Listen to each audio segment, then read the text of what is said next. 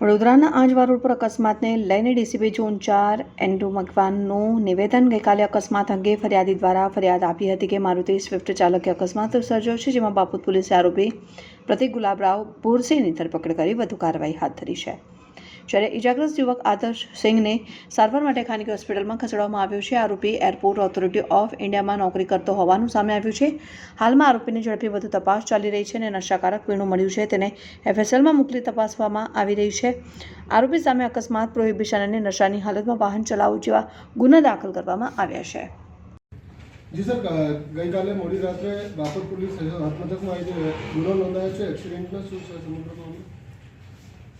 ગઈકાલે Bapat police station વિસ્તારમાં ફરિયાદી ગજેન્દ્રકુમાર રામબદન સિંહ નાઓ દ્વારા ફરિયાદ આપવામાં આવેલ કે Maruti Suzuki swift car number GJ6 PG 5441ના કાર ચાલકે અકસ્માત કરેલ. આ બાબતે બાપત પોલીસ સ્ટેશન દ્વારા કાર્યવાહી કરીને ધોરણસરની ફરિયાદ દાખલ કરવામાં આવેલ છે.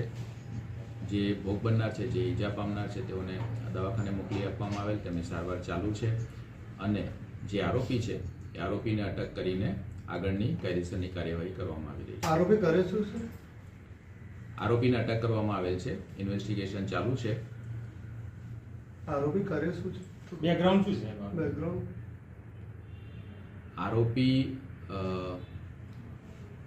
આરોપી જે છે એ એરપોર્ટ ઓથોરિટી ઓફ ઇન્ડિયાના કર્મચારી છે અને તેમને ધોરણસર અટક કરીને આગળની કાર્યવાહી કરવામાં આવી. જોબ ક્યાં કરે છે? વડોદરામાં છે કે બીજી કોઈ છે? આરોપી એરપોર્ટ ઓથોરિટી ઓફ ઇન્ડિયાના કર્મચારી છે.